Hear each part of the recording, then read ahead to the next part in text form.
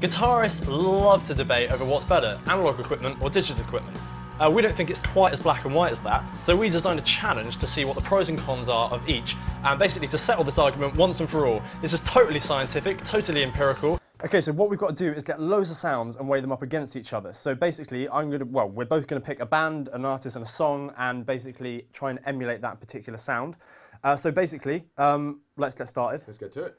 The first one don't go yet, Rob. The first one I'm going to suggest get going, all right. is, I'm going to say AC/DC, Back in Black, because it's a tune, and I reckon I can do it pretty well on digital, so let's go.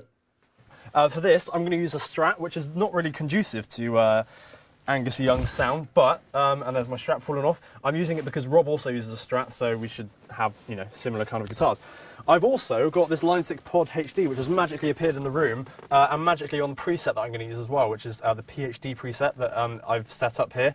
I've changed the cab to a 4x12 greenback cab, so basically we get that big push 4x12 sound with awesome speaker sound emulation. I'm going to use an orange Tiny Terror because it's as simple as you can get in the valve world. It's 3 dials and an on-off switch, so hopefully this can't go too wrong. So here we go.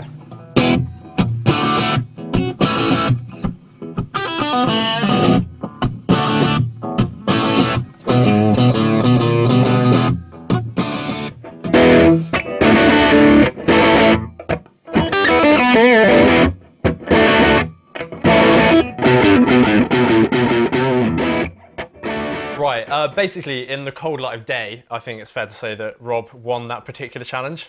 What can I say? Like, you know, to be fair, I followed kind of logically what you think you would do to get that AC/DC sound. I just didn't have quite enough grunt.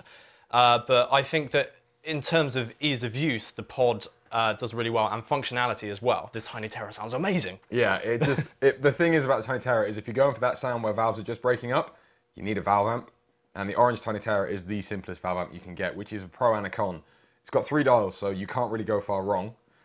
The only issue with it is you can't do much with it after you've adjusted those 3 dials to your heart's content. Yeah. There's no way to go from there. So ease of use for the Tiny Terror would be 10. Yeah, because it's only got an on-off switch and 3 dials.